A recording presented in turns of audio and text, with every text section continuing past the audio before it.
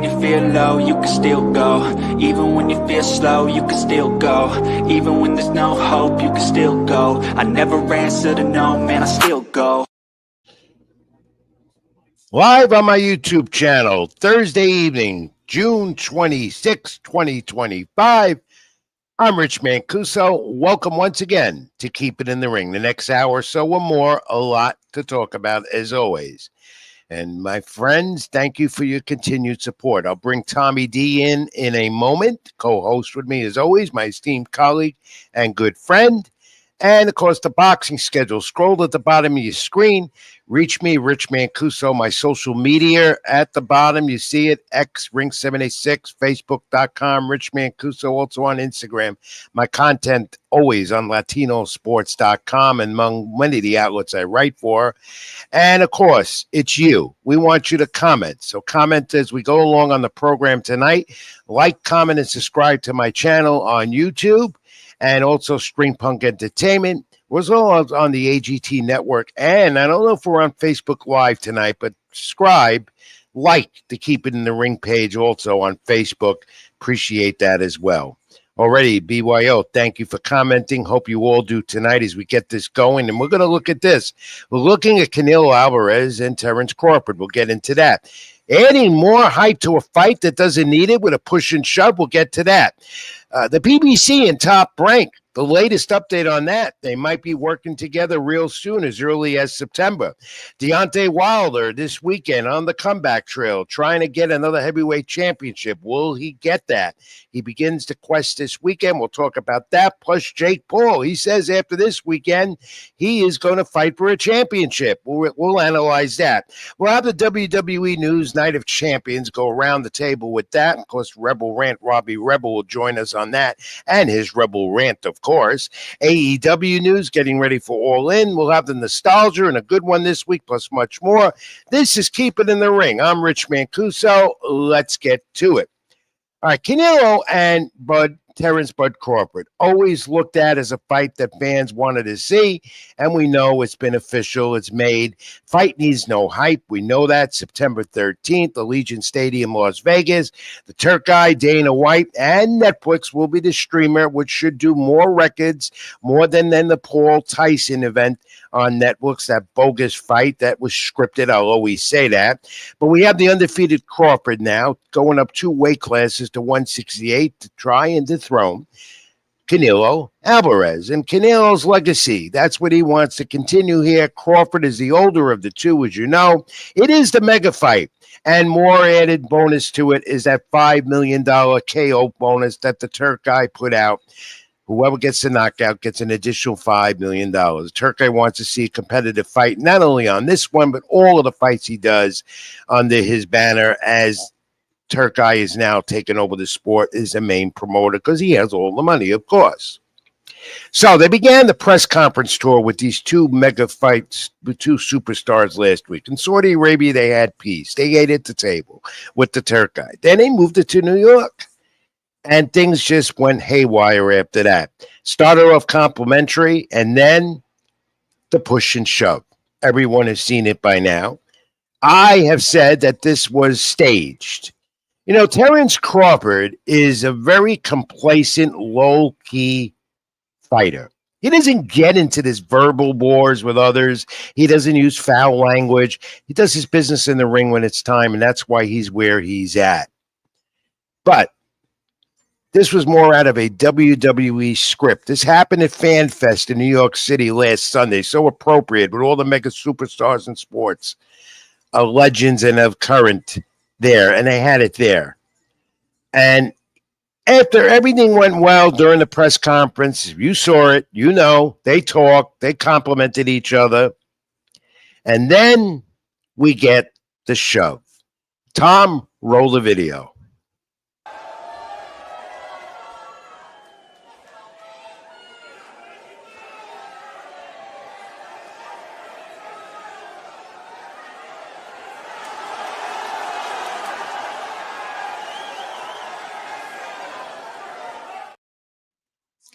Now, take it the way you want to take it, but to me, this was a script for a fight that needs no hype, And no doubt now is going to get more hype because now you have that animosity theme coming into the play when we all know that Terence Crawford and Canelo Álvarez respect each other. They're going to make a ton of money on this fight. That's why they're doing it. The Turk guys got it, put it up, and they're going to get even more with all the incentives and stuff. And for supremacy to see who the better fighter is. They both have exceptional skills. They both have created their own legacies in a sort of way. Of course, Terence Crawford had unified the titles at 147, went to 154. Now he's going to 168. Canelo Álvarez, what else can you say about him? He's a Mexican icon. So there is respect between these two top fighters in the world. And then you get the push and shove, which to me was scripted. I looked at this more than once. I just looked at it again, and that to me is what it looked like. A TKO endeavor with Dana White. He's the official promoter of this event. He likes this stuff coming out of the UFC. It's his first boxing event that he's promoting. And you know, this is going to be a record-breaking fight. Doesn't need the hype. I want to know what you think, and let me bring in Tommy D. Tommy was TD Sports Talk, here with me every week, my co-host. Tom, what do you think about it? What's going on, Rich? Was that staged? I believe a part of it was staged. I believe they told him to be a little bit more aggressive. I believe they set this up. Maybe not the way it turned out, but I definitely believe they told him to do something to get the fans riled up, to help promote the fight in a fight that really doesn't need much promoting. No, because they were just at peace days before. You had Crawford talking, they were booing him, so he was kind of engaging with the fans or the people there, saying that he was gonna, I forgot what he said about the Mexican fans. He was saying, he was gonna make them hate him or cry or whatever the case may be. So I think there was a little added, script or kind of like kind of like, Curb Your Enthusiasm, Seinfeld, like they said, do this and kind of, build it, build the fight up a little bit more. So, but definitely, yeah, they were just at peace, weeks before. They ate together. They were in the ring together weeks before, chumming it up, so. Yeah, so I mean, you just look at it. You saw it was coming. You could just see it was coming. You could see it in faces of both of them. The question I have again is why did he even have to do that? Because the fight needs no hype, and they've been talking about doing this for over a year or more, and it was anticipated, and now there'll be even more anticipation because it's on Netflix. That's why. Yeah, and what does Netflix is a leader for WWE Monday Night Raw. It makes total sense. It was WWE scripted, you had TKO, that's kind of like what they do, and there's no need for it, but look, we got to fight, it's being promoted early. We got to wait 3 months, pretty much, almost 3 months to this fight, so well, let's enjoy the fights that are happening now in July coming up. And eventually we'll get there and they'll hype it up again, But what I did like about the press conference, you got to see the size differential. Yes. Crawford looked a little bit bigger than he does. And there's also the ring is going to be a bigger ring. So, and that's going to enable also Canelo can't run away from him. It's a bigger ring. You're going to make the ring a little bit smaller. So smaller. Small. Usually the ring is bigger. You're right. Thanks for correcting me. Speaking of small rings, if it's like the ring that was in Newark this past Saturday, there's nowhere to run. That was one of the smallest rings I've ever seen. It was supposedly 14 by 14. So, and that was real small. There was no way. So there's a lot of details with this fight. The ring being one thing, the height advantage here is the other, and most of all, Terence Crawford going up 2 weight classes. Can he handle it? Now he handles his weight well. He never came in the ring at 147 or 154, so 168 to him is not going to be an issue. Might even come in heavier than that, and power is not an issue with him. He does have that, and Canelo's skills have declined a bit in his last few fights. He's had to go the distance. You can read my analysis on latinosports.com, how I feel about all of this. But regardless, Tom, it is a mega fight and a mega fight in this era of boxing. Yes. I everything you said about Crawford and, moving up, I think he could withstand it. The question is going to be, can he take a punch at that weight? Canelo's been fighting at that weight. He's strong at that weight, so can he take a punch? He's going to get hit. No matter, I don't care. It's 12 rounds. He's going to get hit. So it's a matter of, can he deal with the power of Canelo and how does he react to it? That's what I want to know. Well, we anticipate this. We anticipate the weeks and months ahead before the fight in Vegas, September 13th at Allegiant Stadium, live on Netflix. And also, let's see if there's more pushing and shoving. But be certain with this, Tom, it's not going to be a script when they get in the ring that night. No. That's not going to be a script at all. Ryan Garcia had a take on this. He said on X, and he's not as active as he used to be, but he says this fight, well, the Gervonta Davis, this fight his fight with Gervonta Davis pulled in over 1 million buys, and he says this won't do that because it's on Netflix. He says pay-per-view is done, and basically he has to be right about that because, of course, Paul and Tyson did millions on Netflix, and that's the route they're going, not on pay-per-view.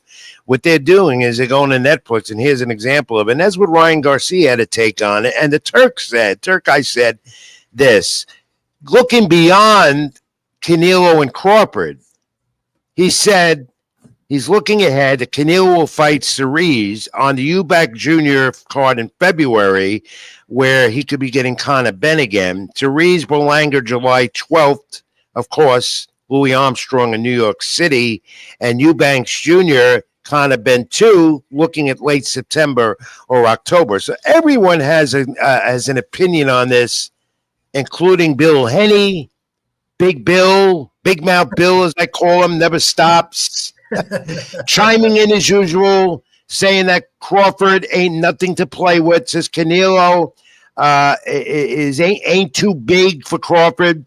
Crawford will be at his best. Canelo will be beaten up. Big Bill Henney never shuts up, and now he has an opinion on this. Everyone's chiming in on this mega fight, Tom. Well, and that's what you get. That's why it's a mega fight, because everybody wants to see it, and everybody's going to talk about it, and that's what makes it, a big mega fight. If it wasn't a mega fight, nobody would be talking about it. No. You only talk about, big things and great things. You don't talk about things that don't matter. Apparently, this fight is going to matter as far as the sport of boxing is concerned. I don't agree with Ryan Garcia on a lot of things, 99% of the time, but I think you got a good point about the pay-per-views. Nobody's buying pay-per-views. Everything is pretty much streaming. Netflix, it's not pay-per-view. You got to subscribe and boom, you could watch the fight.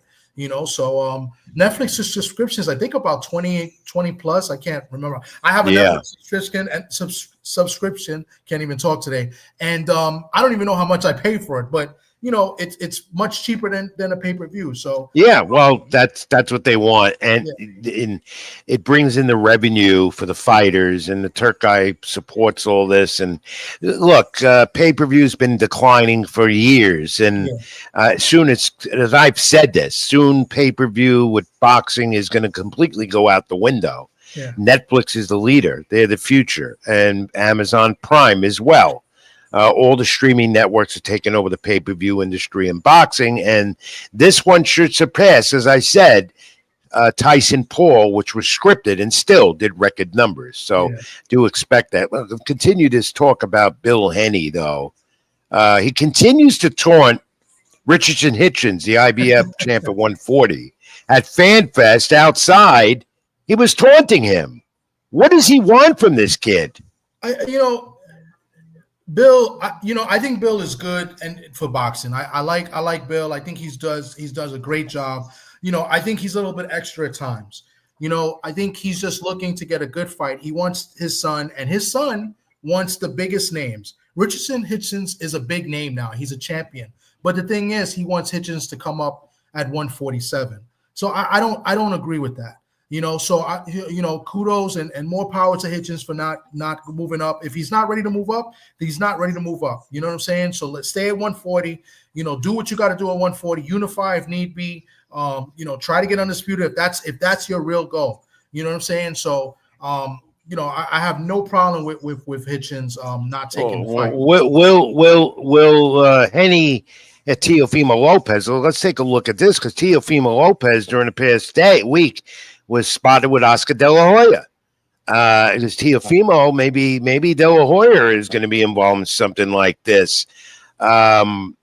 There's a lot of talk that Teofimo might be aligning himself with Golden Boy and De La Hoya, even though I don't even know what Teofimo's contract is. Is he still aligned with Top Rank? I thought that was still one more fight in his deal with Top Rank.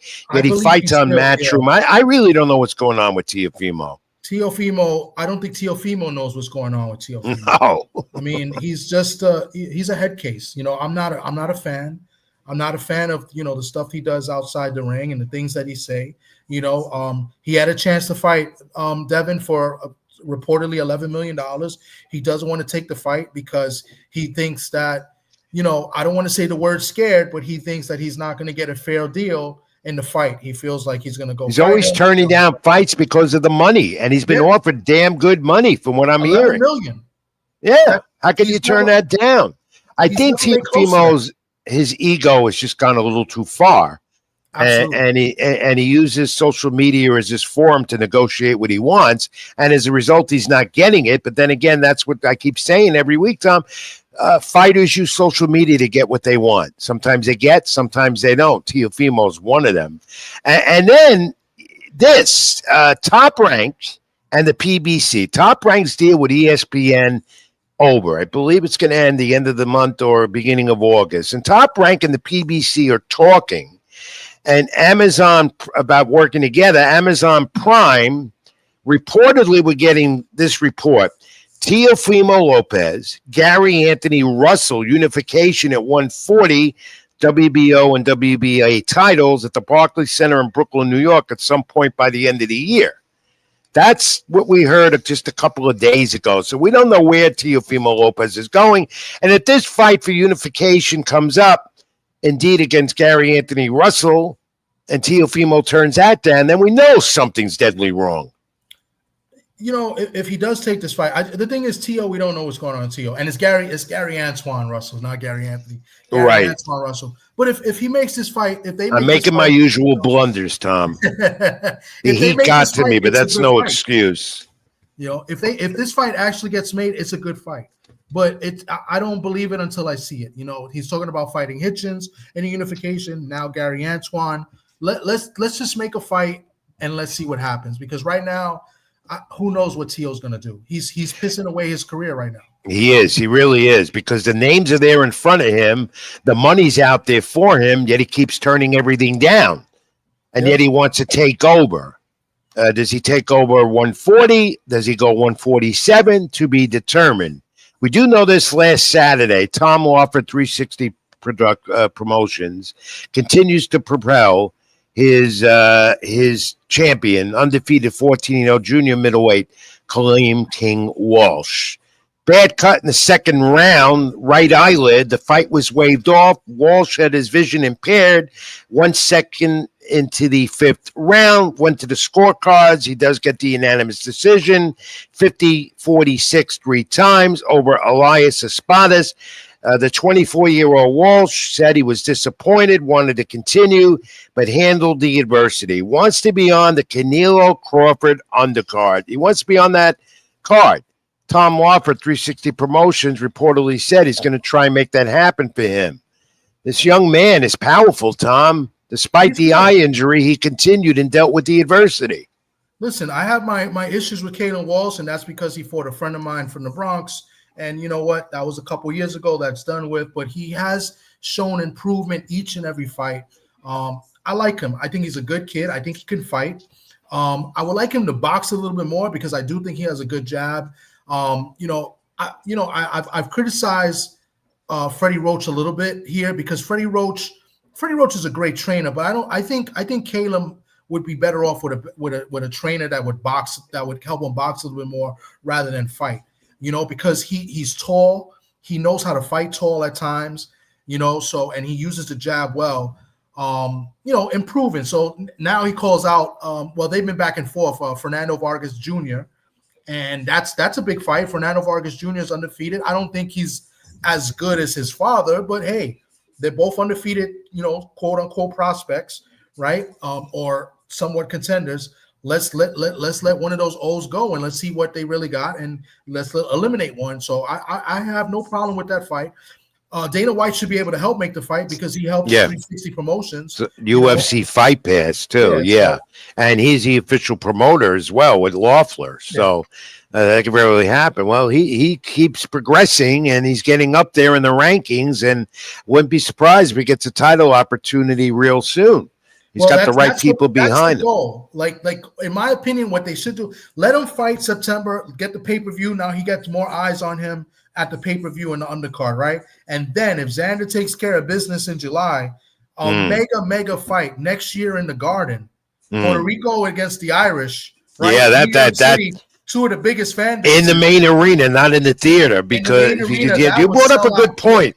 You brought a good point up because Walsh has a tremendous following with his Irish fans. Yeah, absolutely. They pack the theater every time in the Garden in New York, every time he's been there the last 2 years. Yeah. And he brings them in. I mean, he fights Zayas. That's 19,000 in the main arena. That's huge. So they gotta, if they could build that up, that's a huge fight. And if they're both still undefeated and for a world title, I think that's a huge fight. Yeah.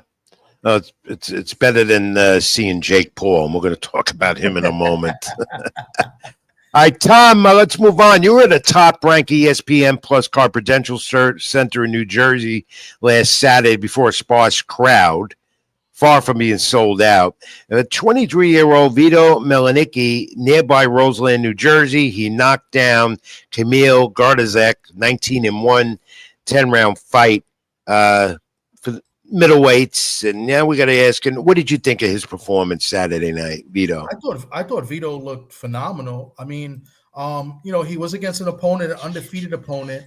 And, the undefeated opponent, he wasn't as good as advertised, undefeated. I think he was from he's got a lot of fights over there against guys with losing records, but it was a fight to make Vito look good, to show his skills. And I thought he was very disciplined.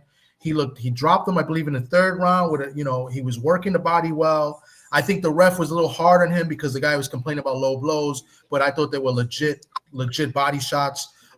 Vito looked good. And with Ronnie Shields, I think he's good. He takes a good punch.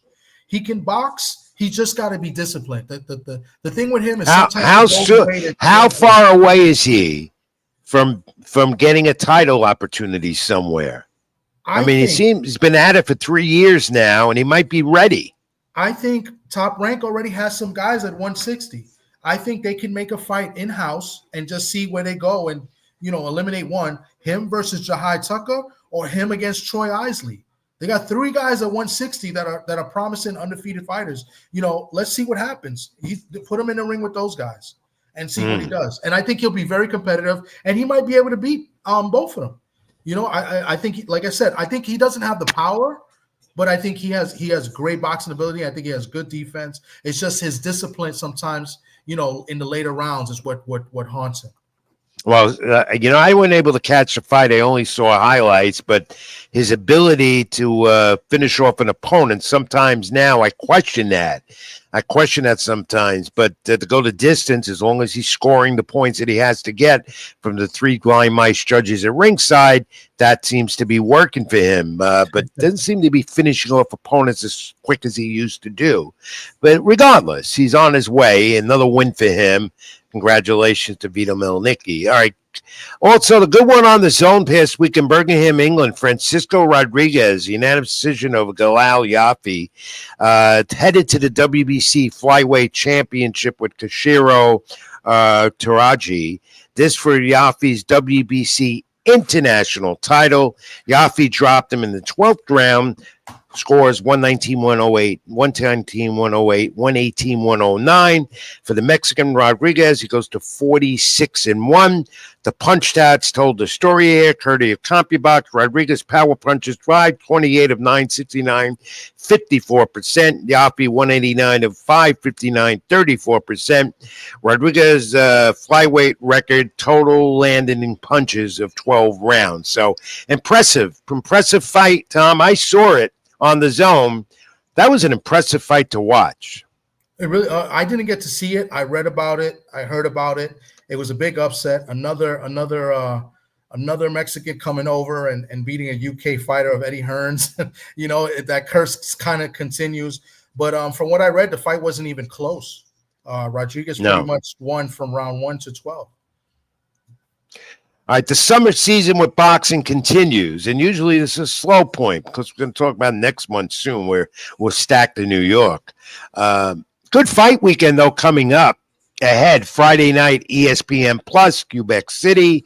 Christian Mabili weighed in today versus Selecki, 12 rounds for the vacant super middleweight title.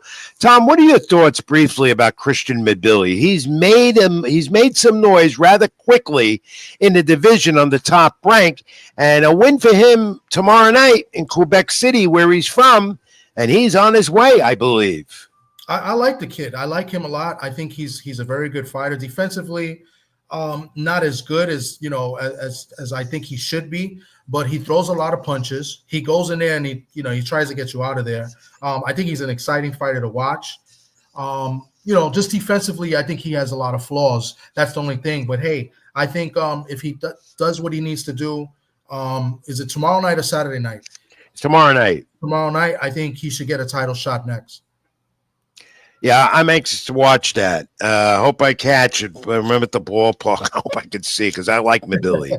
I like the way he punches. Okay, and I want to see this young man continue his rise, totem pole for a championship. All right, and we get this over the weekend: the comeback. 39-year-old Deontay Wilder, former heavyweight champ.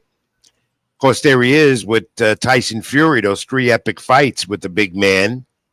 After a brief retirement, where have I said that before? Wilder is back in Wichita, Kansas.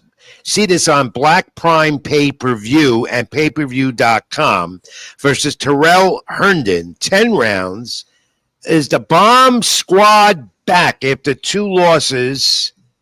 They said that was it. 2 consecutive losses. He was retiring. Does the right that was so powerful for him, we saw that displayed more in the fights with Tyson Fury, does that return? And if so, does Wilder get Tyson Fury again if he wanted to come back Fury? And I expect that might happen before long. Or Anthony Joshua, which they always wanted to do. But first, we have to see what's left in Deontay Wilder, and we're going to get that Saturday night. Well, apparently Wilder has been hurt. Last year, I got to meet Wilder again in Atlanta, and he was wearing an arm brace, in a sling, so he had an injury on it. I believe it was his right hand, his left hand, if I'm not mistaken. Yeah, or left arm. So, I mean, apparently he had some injuries he had to deal with. He needed to kind of refresh his body and just, see what he wanted to do. Me personally, I like Deontay Wilder a lot. I think he's great for boxing, but I think he's made a tremendous amount of money. I think he's overachieved in the sport 20 times, right? I mean, this is a guy that just took up boxing because his daughter was sick, had a sickness, and he took it up and look, became world champion, 10 title defenses. Me personally, I think he should retire, but I'm not going to tell a man what to do or not. Well, he did retire. After his loss to Zhang. I didn't want him to come back. I wanted him to just enjoy. He retired his last 2. Yeah. What was it? But Joseph Parker and then Zhang, right? And then Zhang, yes. Yeah, I mean, he did retire. So, but when he said he was retiring and leaving it for the younger guys, and he's still relatively 39 years old, I didn't take that. I didn't believe in it. I saw Deontay Wilder was going to come back, just needed to take a brief respite and a hiatus for a year or so, which he's doing. And he's back. Yeah. But the question is, does he still have it, and where does he go? Because he has to climb the totem pole again, unless WBC or one of the sanctioning alphabet groups that I call them decide, you know what, we're going to rank him just like they did with Manny Pacquiao after 4 years and give Pacquiao a title shot. They could have do that with Wilder if he wins. You know why? You know why, Tom? Because names sell. Money. That's what it's all about. They don't care. Look at Devin Haney, another example. He just came in 47. He's ranked. Rolly Romero. Exactly. You know, all those guys got ranked already. I mean, and all right. So let's see what Deontay Wilder does, and let's look at this in Anaheim. Golden Boy and MVP Promotions, the zone pay-per-view. Gilberto Ramirez versus Yoniel Durazas, 12 rounds. Ramirez's WBO WBA cruiserweight title. Holly Holm versus Yolanda Vega, 10 rounds lightweights. Young Stars, Floyd Schofield, Tevin Farmer, 10 rounds lightweights. I like that one. Jake Paul. Julio Cesar Chavez Jr., the former champion, after 10 years he's coming back in the ring, like Jake Paul? Cruiserweights. Jake Paul said today that after this win, he wants a title shot. Can we take him seriously? That's just it. I don't think we can take him serious. But, I mean, he's fighting a guy that's a former – I guess he was a former champion. I mean, this is a guy that – you know, he's got a little, you know, problems outside the ring, little habits, you know, that you shouldn't be doing as a professional fighter.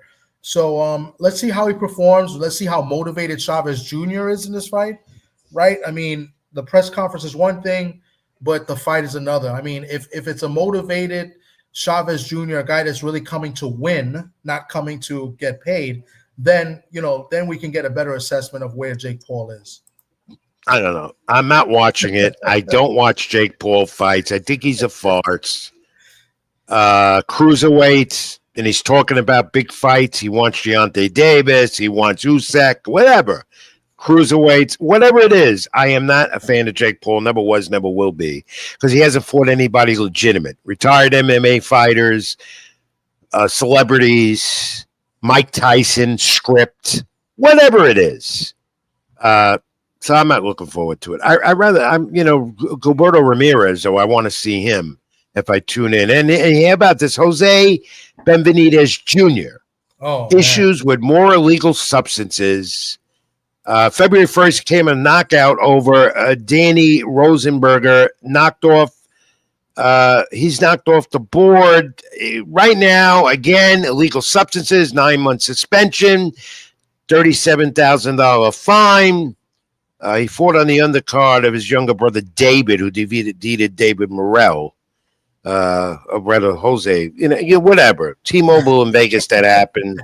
He's 33 years old, out of Phoenix. I don't know what it is with this young man. I knew him when he was a kid. I don't know what went wrong with him. Very talented. Of course, his brother Jose is a totally different story.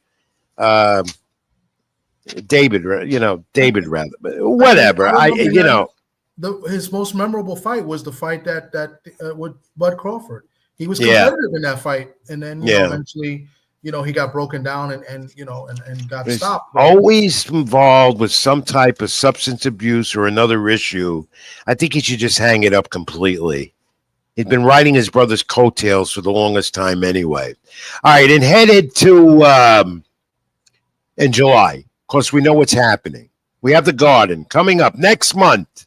3 supercards in New York. Taylor, Serrano, 3 in the Garden. The next night, you got Zapata Stevenson. You got Berlinger, and you got this one and that one. And then you're going to have Xander Zayas at 154 for a title in Madison Square Garden Theater with Top Rank. Usually, a summer is slow in boxing, but not this July. We've got 3 mega cards in New York. New York, a hotbed again, Tom. We'll be previewing this in the weeks to come. We're going to be busy, me and you, my friend. Absolutely. I already got in, for the Amanda Serrano fight. I already got linked in there. I got the fight week schedule and everything. Just waiting on Shakur, the Berlanga card in Queens. And then, just like you mentioned, Top Rank, Xander Zayas, that's a loaded card as well. So we got 3 big fights, 3 big cards. I don't know how this old man's going to handle all this in between baseball. I don't know. It's going to be rough. All right. Do we have our guest lined up? Is he here? Just as you said that, he just popped in.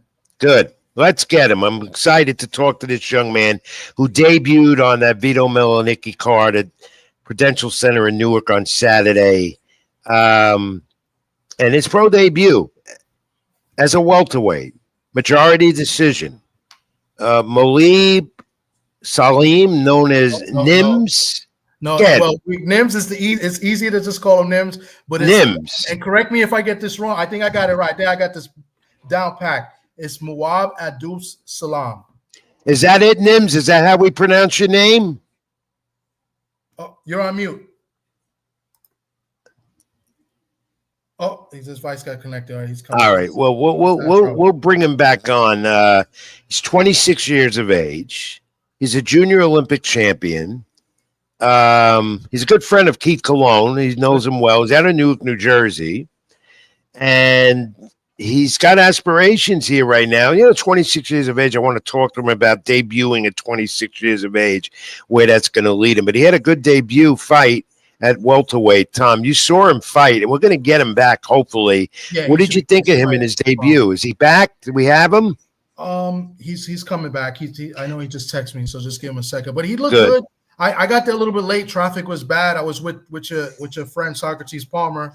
We got stuck in traffic, but from what I've read and what I was spoken about at the fight, he looked good. He looked good overall. From what I heard, he was a little slow. Started a little slow, and hold on. He just said something with Mike. He's fixing his mic now. Okay, that's good. Slow, but when I came in that third round, he hurt the guy. He hurt his opponent. He looked really good in the third round. I got some pictures here. I'll put up. And in the fourth round, I thought he was going to stop him, but the guy took a good punch. Real good kid. He went to school, got a scholarship to play football, I believe, in Delaware State. Did 4 years, played football, got a bachelor's, and then went on and got his master's degree as well. Wow, that's a smart fighter. He's a natural athlete. Not only that, he's backed up his career after boxing, which is great. I'd love to hear that. How did the crowd receive him there? It was a sparse crowd, I understand. How did they receive him? He had a lot of his hometown friends there. I believe, if I'm not mistaken, I was going to ask him. I believe the football team was there because he had a lot of people show up. Here's a picture here. I believe these are guys from the football team. I think they came to support, if I'm not mistaken. But he had a lot of support there in that night. I think he sold a lot of tickets. Definitely want to ask him about that because I didn't ask him that night. But for what you see here, he had a lot. He had a big showing, and this is nothing compared to the people that I saw there. All right, where are we? Do we have him? Is he there yet? Otherwise, I'm going to move on, read a UFC note, and then take a break and come back to him. Maybe by then we'll have him.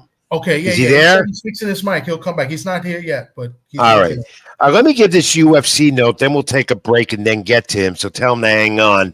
The big news out of UFC MMA, John Jones, the heavyweight, the legend, retires, and now Tom Aspinall is declared the champion according to Dana White.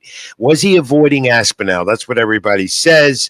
That was supposed to be the big fight in UFC MMA, but John Jones is retired for now, and Aspinall is new heavyweight champ.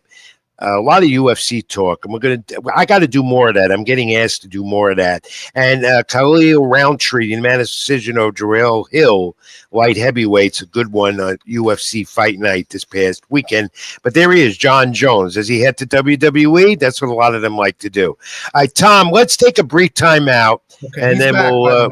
All right, let's get him. We're going to run late because I don't want to hear Robbie Rebel after the break. He's going to complain that where am I? Why am I? Well, I'm going to get him, but let's get him. There we go. Are you there with us now, Nims? Yeah, I'm here. Can you hear me? Keep it in the ring, my friend. Yeah. Thanks for coming on the program. Congratulations. I heard a lot about your debut win. How many people were there from friends, family that came to watch your debut? Firstly, I want to say thank you. I appreciate it. And I feel like there's about over 350 people there. Yeah, me. I told you. For me alone, yeah. Over 350 people. Wow.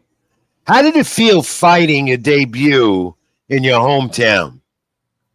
It was surreal. It was a surreal feeling, surreal moment for me. I grew up coming to the Prudential Center, always at the Prudential Center watching those fights.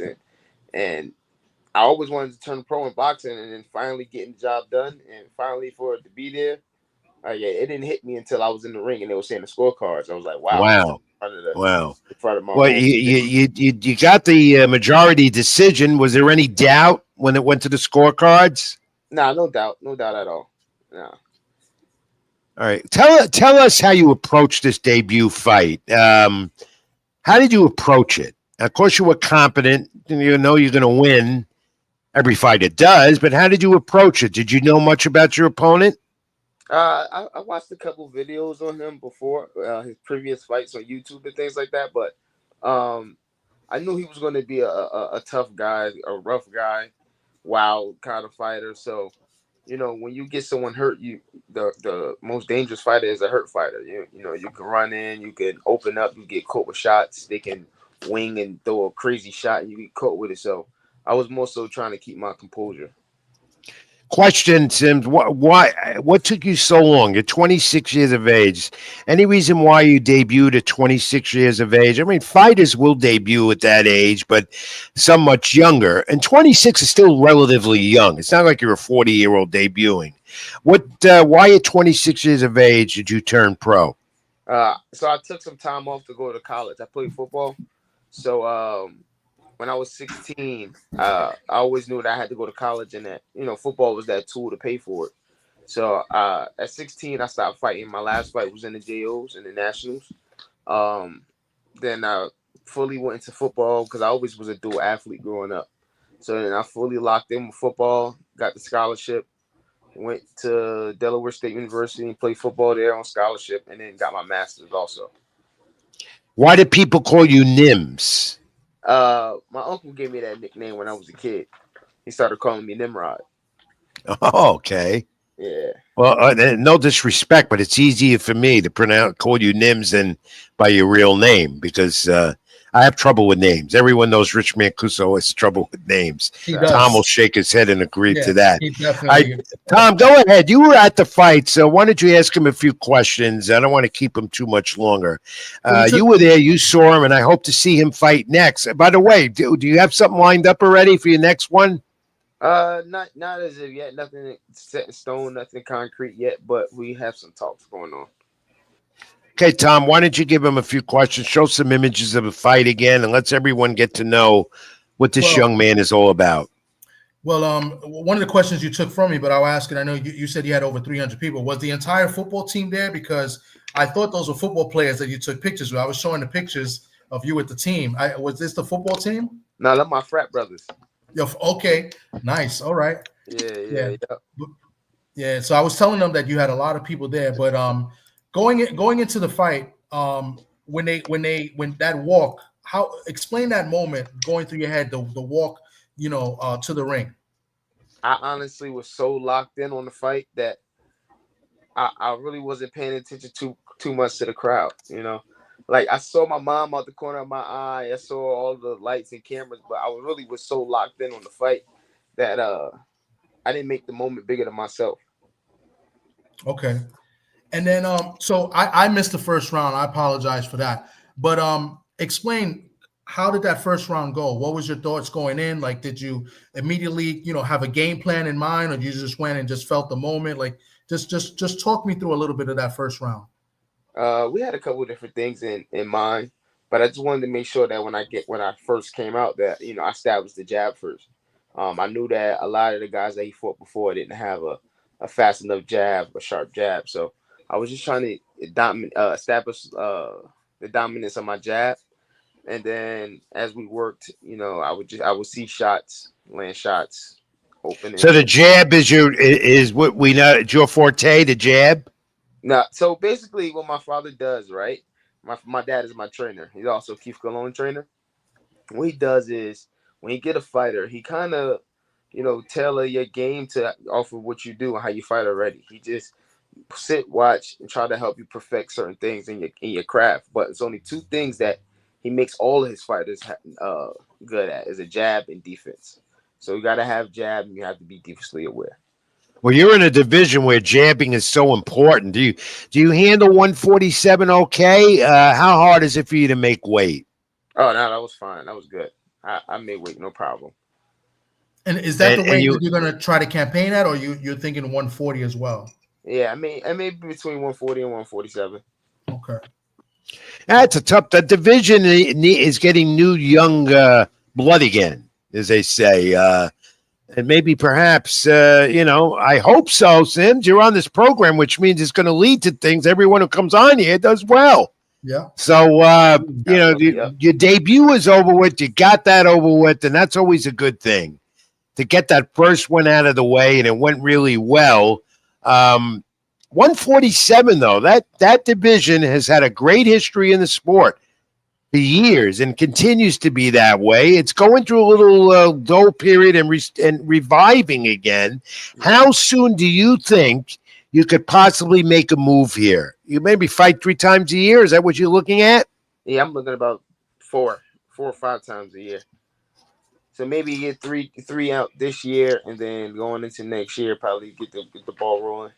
Try to look to get about 4 to 5 a year. Tom, any other questions for him? One other question. I mean, I know the camp that you come out of and the gym that you work out of. Talk to us a little bit about your camp and your stablemates. We got some talent. We have Keith Tsunami Cologne. He's fighting at 126 right now. We have a heavyweight. His name is Christian Prenga, Albanian guy. He's hot right now. Also, he's 25-1, something like that. Okay. Yeah, so he's doing well. We also have another guy in our camp, Alexander Collado, that my dad trains. He can go. So great stable there. Yeah. Newark, New Jersey. I mean, they've got Shakur Stevenson, of course, right now, currently a champion. Newark, New Jersey has always had great fighters, contenders, champions. It's always been great. Perhaps, I don't think perhaps. I could tell the determination out of you. I could see it, Sims, that you're going to be on your way. Thank you, man. And you got that debut fight over with, and I wish you nothing but the best. And I want to be at your next fight. If it's in the area, I will do my best to be there. Tom, you ready to give him the fact of the week? I got to do it. Let's do it. Let's do the fact of the week. Sims, I do this fact of the week every week with the guest. It's not trivia. I give you something, and you get to try and get the answer. You ready to do it? You want to take a crack at it? Yeah, I'll take a swing at it. I mean, you're a fighter. You can do this, right? Yeah. All right, Tom, you're in on it too. About the cruiserweight division. Are you a Jake Paul fan? Nah, not really. then you're my friend for sure. All right. That's what I wanted to hear. Talking cruiserweights, because Jake Paul this weekend, Chavez Jr. 1979. What boxing sanctioning organization? The alphabet soup groups, WBA, whatever it is. What boxing sanction organization started the division in 1979? The cruiserweight division, 1979. What sanctioning organization started it?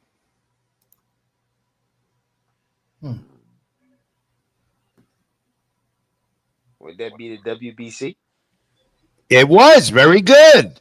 Nice. You got it. Congratulations. Yeah. You got to give him some type of fanfare music, Tom. Oh, he got it. I wish we had a music, but because nobody really gets these questions. These questions are usually pretty hard.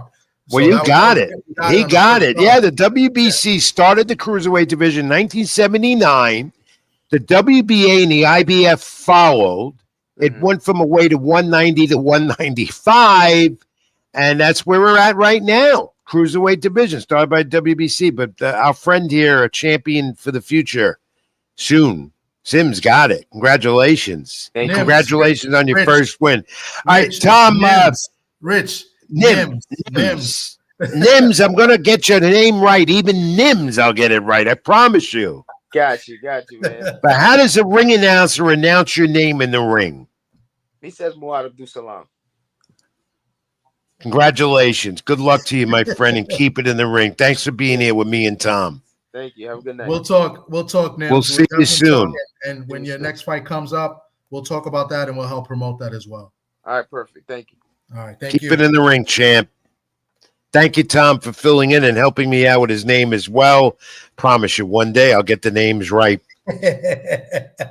It's all right. Keep it in the ring. I'm Rich Mancuso's Tommy D. Back with the pro wrestling. Waiting patiently. Robbie Rebel Rand. We'll go into all that. Nostalgia, much more. Stay with us. Like, comment, subscribe. YouTube channel, Rich Mancuso. Facebook page, Keep It in the Ring.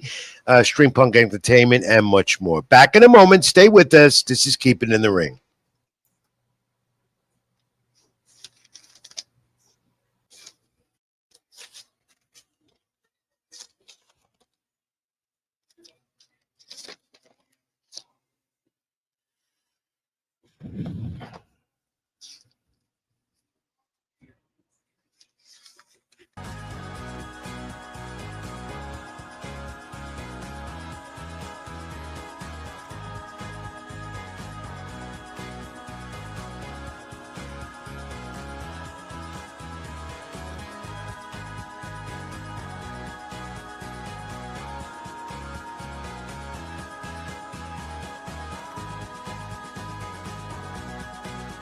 Even when you feel low, you can still go. Even when you feel slow, you can still go.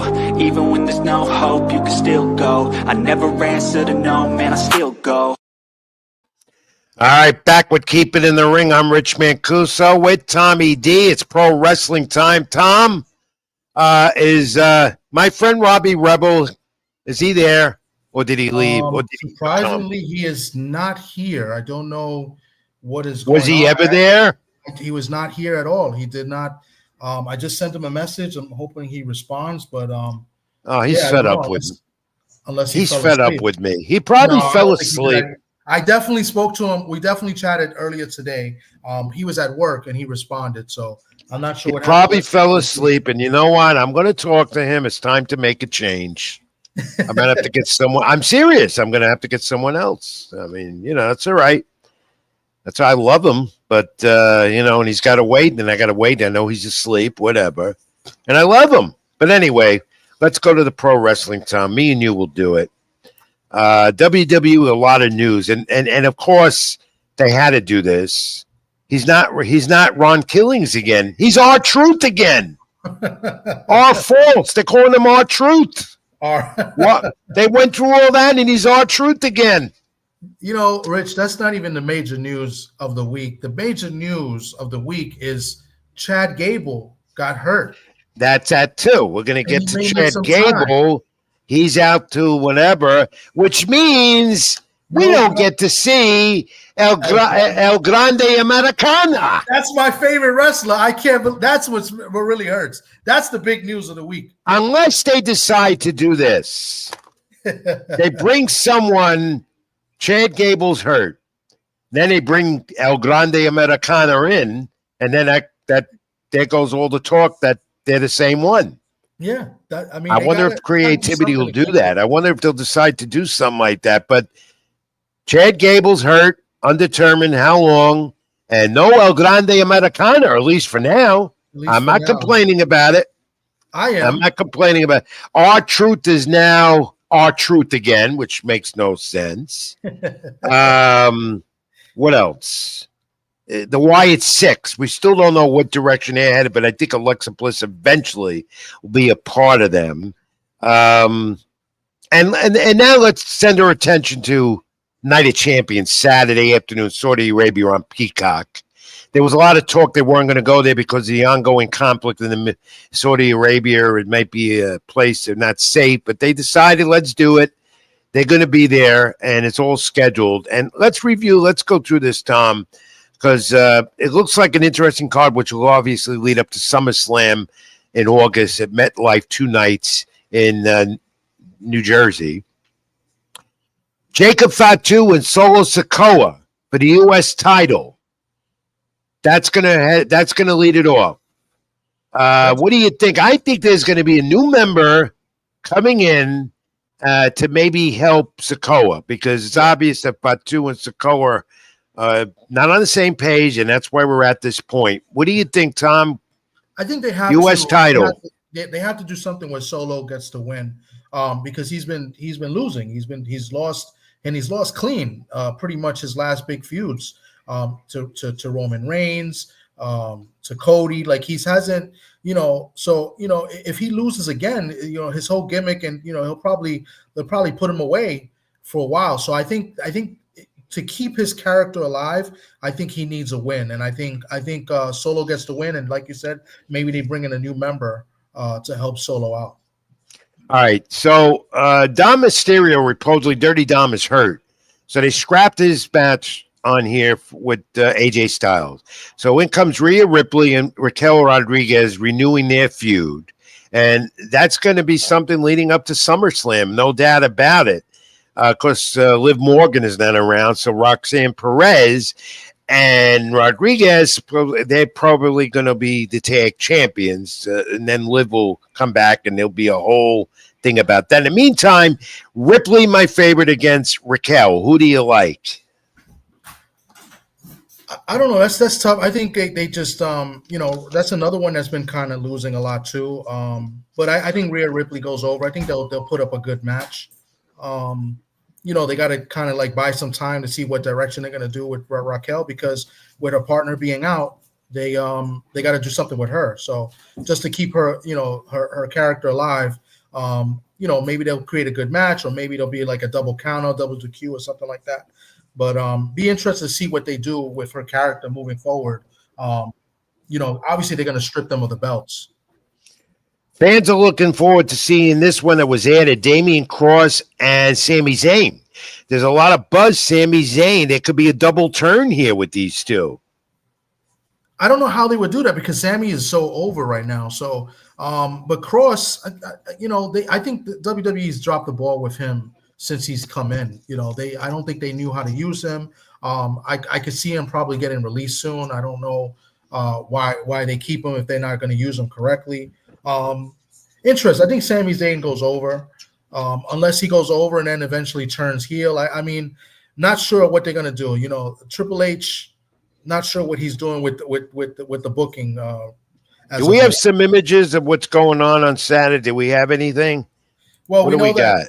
Cody. Oh yeah, well, this is what happened on Monday Night Raw. It's because we're going to be talking now of the King of the Ring and the Queen of the Ring. Let's quickly go over the Queen of the Ring, because that's Oscar against Jade Cargill. So put Cargill up. She advanced. So Oscar, no doubt, is headed to be champion again and will win this. So she'll be Cargill. Cargill's not looking bad now that she's finally in there in singles competition. No, and Naomi, I'm sure Naomi's going to get it. Naomi gets involved. That's what I think. She's got the money in the bank and all that stuff too. But this one, I think she's going to get involved in this match. I'll be very interested to see what happens. I'll be very interested if Asuka wins. Does she go after Sky? They're going to set that up set up that for SummerSlam, and then perhaps Naomi cashes in. Then I don't know. I think that'd be a great match. I think they'll work together. I think that's what they should do. So. And then you got the King of the Ring. And now we can put up the Orton. We can put up John Cena and Cody Rhodes off Monday Night Raw. Rhodes advanced. That was a great match. And sooner or later, I think you're going to see the turn of Jey Uso. I think you'll see it. It's a matter of time. I don't think so. No, you might see that. I you know how they swerve you and all that stuff. That could happen. I think they're going to try to put him back with his brother, and they'll probably But you got Randy Orton and Cody Rhodes reliving something of the past. Final shot for Randy Orton to get something in the later part of his career. And who do you like? Who do you like in this, Orton or Cody? I got to see Cody winning, heading to SummerSlam. And maybe get John Cena at SummerSlam. I don't know. I don't know what they're doing. That's what I think is going to happen. I think they're going to. Cody's going to be. I think Cody is the guy that's going to beat Cena to win back the title. So I think Cody goes over in this one. But I wouldn't be surprised if they give Orton another shot, and he goes over somehow, or there'll be some interference to help Orton win, or maybe Orton turns heel. Maybe somebody comes in and he turns heel. I mean, he's been heel many times, but this is this angle, this gimmick, this new faction. Put it up with Paul Heyman and the Money in the Bank briefcase with Seth Rollins and Baker and Braun Breaker and what was the other guy? I forgot the other guy's name. No, they're going to add someone else. This continues to get stronger and stronger.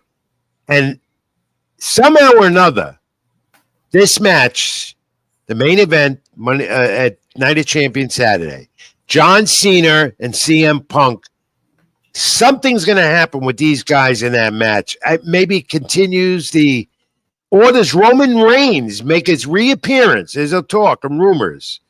Get involved here and sets it up with Seth Rollins or something, because CM Punk John Cena has to end. And we're getting that,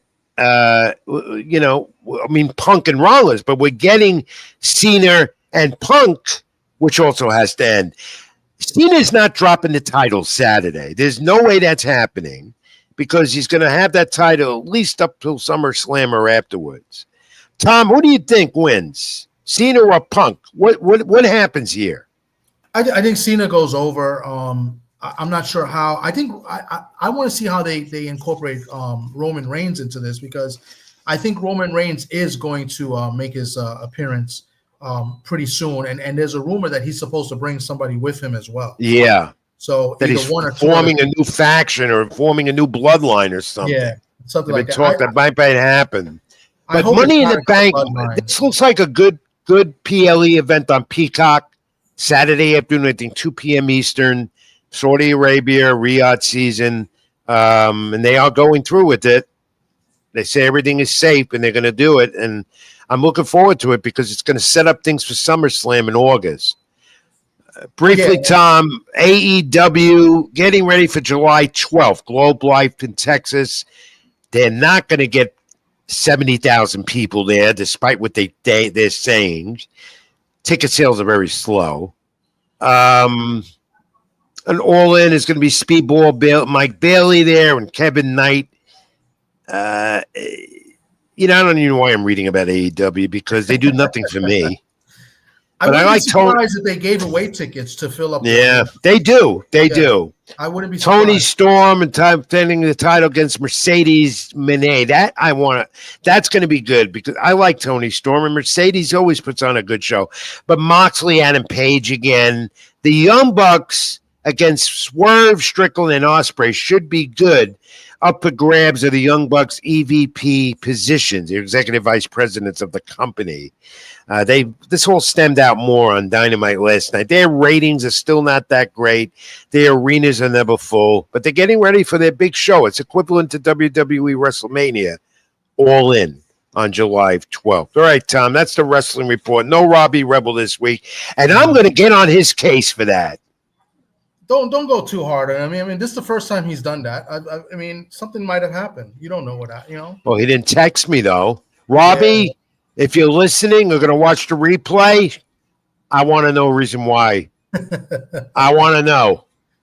He's part of the show, and I like Robbie a lot. So I do too. I love him. He's okay. He's irreplaceable, but I need somebody. All right, Tom. Brief final timeout. Come back, nostalgia, and wrap this all up. This is Tommy D. I'm Rich Mancuso. This is Keep It in the Ring on my YouTube channel, live. Rich Mancuso. Like, comment, and subscribe. Also on String Punk Entertainment. Like the Keep It in the Ring page. Back in a moment. Stay with us. Petwell Clinic was built with busy pet parents like you in mind, providing walk-in preventative vet care, treatment for minor ailments, and chronic condition management.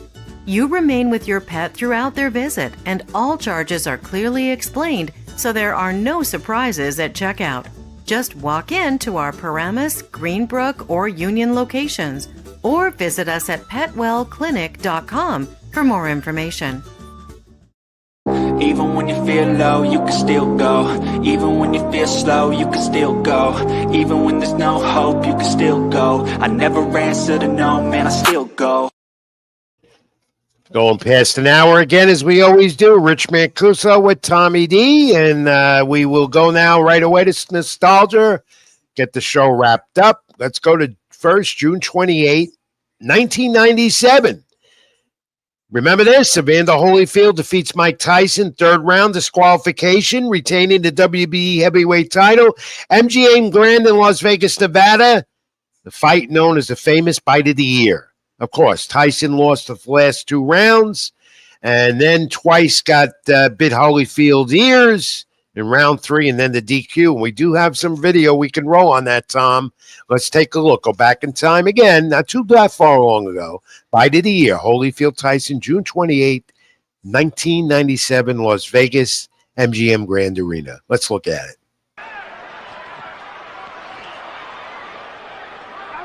Oh, and some nasty stuff in there. There needs to be a bite almost. Holyfield is very unhappy. Look at this. It looked as if Tyson bared his teeth at one stage in the exchange. Yes, Bit I his think ear. he bit his ear. That's what Holyfield was in a lot of pain from that. You see the blood on the ear.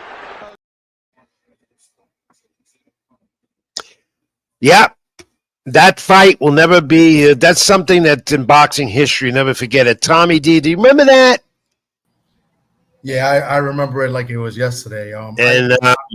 I think was still stunned at how, of course, the two of them became, they made peace with each other. Fighters always do that. But we're still stunned. Every time you look at that footage and you say, how the heck did that happen? You know, but that's how Mike Tyson was. He didn't care how to get a win. In this case, he took a bite of his ear. I think he was very frustrated, and Mike is Mike, and frustrated. I think he was complaining about the headbutts, and I think he had a little cut over above his right eye, if I'm not mistaken. I think he was frustrated with that. And then what we didn't see, I believe, that was the first bite. He bit him twice. I think he went the second bite, and then that's when they called the DQ. Yeah, and to this day, I covered that fight. I don't remember now if he got suspended. I don't remember. He got suspended for a short period of time. It wasn't like it would be now. Yeah. But it's still incredible. I remember being at ringside and we were looking at this and going, we couldn't believe it. We could not believe what we saw. And back then we had writers. We actually had writers. Yeah. At ringside. No YouTubers, no blog. We were writers reporting on this as in real time, watching this and saying, we got to see that again. Yeah. What the hell happened here? And sure enough, here's Holyfield afterwards, and he showed that his ear was bitten. It was half. It was off. Yeah, it was. And what's crazy is that Mike was a big favorite in that fight. Nobody expected Holyfield. There was some few people that thought Holyfield would beat Tyson. Yeah. But Mike was a huge favorite, and Holyfield handled him easily throughout the whole entire fight. Crazy. Just one of those crazy occurrences in the great sport of boxing. That's one of them right there. And you'll never forget that. You can never forget something like that because it just doesn't happen. And when it does happen, how could you forget about it? You can't forget about it. Thanks for all the comments, everyone. You've been great this week, and we didn't get to you, but we appreciate you commenting and joining in with us. And finally, Tom, let's wrap this up. Let's put this up because I got this note this week. Top 10 states in the country for combat sports. And I get these tidbits. They come to my attention every once in a while. Look at this. Combat sports, of course, you're talking about MMA, pro wrestling, and, of course, boxing. And here are the top 10 states. Surprised me. California, number 1. New York, number 2, which surprised me because we're just getting back to being a hotbed of boxing. Yeah. But New York came in number 2. And Texas, but this surprised me. Look on that list, number 8. Nevada is 8th. Usually Vegas, Reno, whatever, especially Vegas, has always been Sin City, fight capital of the world, but it comes in number 8. Yeah, I'm really surprised. Hawaii, number 4. Yeah, when do you see fights out of Hawaii? Hawaii, number 4. That's what's brilliant. I should have never put this up. I get the top 3. The top 3 do make sense. I would think Jersey is number 5, but Hawaii really shocks me. Yeah, that shocked me.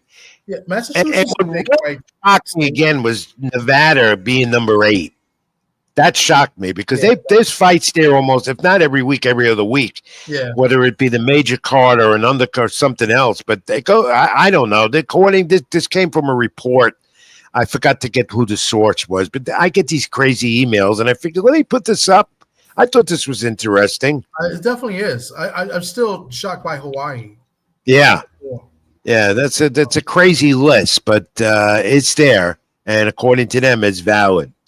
And on that note, we wrap up Keep It in the Ring this week. Tom, any final thoughts? No, I mean, we got some decent fights this weekend. I mean, yeah, Jake Paul is fighting, and you don't like Jake Paul, and he's fighting, but the undercard is pretty solid. So I look forward to watching the undercard. I do hate when there's boxing and then there's wrestling at the same day. So we got to kind of rotate, because I think the Saudi Arabia card, I think it's going to be at night. I think they pushed it late. Socrates. No, it's 2 p.m. Eastern. Remember, there's a big time difference. So then Socrates wrong. Socrates telling me that they were going to put it at night. No. Well, maybe they're pre-taping it, but I doubt they would do that. But then again, you might be right, because they would do that, and their time would be early in the morning. Yeah. If they did that, you might be right about that. Socrates might be right about that. I gotta check into that. We got to check into that. But yeah, I hate those conflicts. I can't stand it. But I'm not watching Jake Paul anyway, so I don't care. But the other card is good. I mean, you got Tevin Farmer and Kid Austin. That's the only fight I'd like to see, and I'd like to see Zuro Ramirez in his cruiserweight title. I like him. I always did. Too. That he's fighting a Cuban that that has power. Yeah, but I think I'm gonna buy. I want to see Christian Mabili tomorrow night up in Quebec. Yeah. Let's see what he continually can do in the division. A young superstar with top rank. So that's it. And then we're gonna move along, because we're getting into July, and I'm looking forward also to Pacquiao's comeback, as much as I don't want to see it. In Vegas, July 19th. But on that card, July 19th, is the rematch, Tszyu and Fundora. Yeah. Of course, we all know the first fight was a thrill, a bloodbath, that Fundora won the title, 154. That's on that card in the 19th in Vegas. And, of course, we got the 3 in New York. That July's going to be crazy and hectic. And as far as next week, we know it's July 4th holiday week. And July 3rd would be a week from tonight. And because I've got baseball and soccer and the July 4th, look, I don't have a life, so I don't care about July 4th. Happy birthday, America. I'll be doing nothing. I'll probably be at Mets Yankees at the ballpark. But July 3rd, but that night I have baseball or soccer or both. So, Tom, it's going to be your decision. You can host the show, fill in for me again, go solo, do whatever you want, or we take a week off, revamp, and come back in 2 weeks. We'll let everyone know, right? I'll let you know, because it's not only America's birthday next week. It's yours truly's birthday 2 days. Oh, yes. So July 2nd is my birthday. So I'm going to see, maybe we do a birthday live, and maybe I'll do something on the Keep It in the Ring program. Yeah, we'll definitely have a birthday cake for you somewhere. Okay. Yeah. So we'll decide. Watch the Keep It in the Ring YouTube. Watch my YouTube channel, Rich Mancuso. Get me on Facebook, Rich Mancuso, X, Twitter, Ring786, Instagram, and also all the other outlets. And even Tom, where did they reach you? You're on the air as well. And how did they get you on social media? So fans will know where Keep It in the Ring will be next week. Well, next week, I look to do the show probably on Thursday again. We'll try to do it Thursday, but you can reach me at TD Sports Talk on YouTube. You can also catch me every Sunday on Ring Talk Worldwide with Pedro Fernandez on the Sports Byline USA Network, on the radio, also on Twitch. And, we got a couple programs that we're doing. The Tales of the B-Side. We got another interesting one this Sunday. I've seen it. It's very good. We had one this past Sunday. It was pretty good. These are tales from B-Side, guys that have been on the B-Side, and, educational as well, letting, younger fighters know what to look out for. So, that's pretty good. And we'll be back tomorrow night. Friday Night Sports Talk. We'll be back tomorrow night with your best friend, Socrates Palmer Jr. Yeah. And my man, D Free as well. Yeah, I'll look forward to seeing that. I'll be at the ballpark and at Yankee Stadium, but I'll make sure I tune in. Tom, have a good weekend. Good week, my friend. Thank you as always. Thank you. I appreciate it. Thanks for everyone, and thanks for everyone for watching. Of course, it's Keep It in the Ring every Thursday here live on my YouTube channel. Like, comment, and subscribe. Hope that if you haven't done that, you do so. Thank you all for commenting. As I always say, God bless, keep well, be good to each other. And until next time, Tom, what do we say?